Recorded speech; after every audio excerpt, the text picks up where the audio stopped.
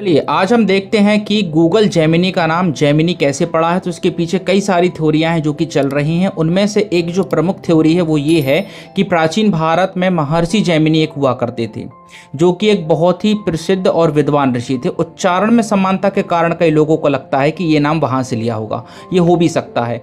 अब गूगल इस बारे में क्या कह रहा है, तो गूगल कहता है कि गूगल जेमिनी का नाम सीधे तौर पर महर्षि जेमिनी के नाम से नहीं रखा गया है, फिर लिया नहीं गया है ना।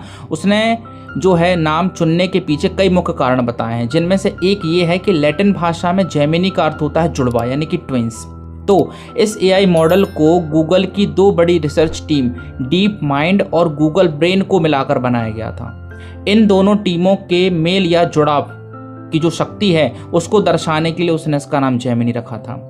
इसके पीछे एक तथ्य और इन्होंने दिया है कि 1960 के दशक में नासा का एक मशहूर अंतरिक्ष मिशन था जिसका नाम रखा गया था प्रोजेक्ट जेमिनी।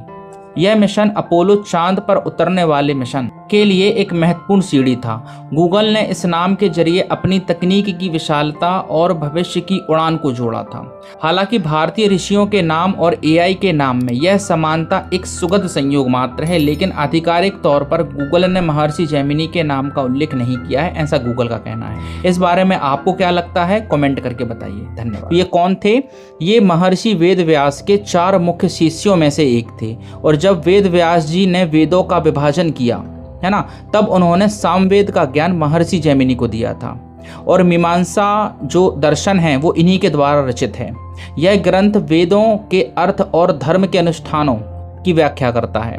और जो ज्योतिषी शास्त्र है में इनकी एक अलग पद्धति रही है जिसे जेमिनी ज्योतिषी के नाम से जाना जाता है। यह आज भी फलित ज्योतिषी में बहुत महत्वपूर्ण मानी जाती। उन्होंने महाभारत का अपना एक संस्करण भी लिखा था जिसे जेमिनी भारत के नाम से जाना जाता है। इसमें अश्वमेध पर्व का बहुत ही विस्तार और सुंदर वर्णन भी मिलता है। इस बारे में आपको क्या लगता है, कमेंट करके बताइए। धन्यवाद।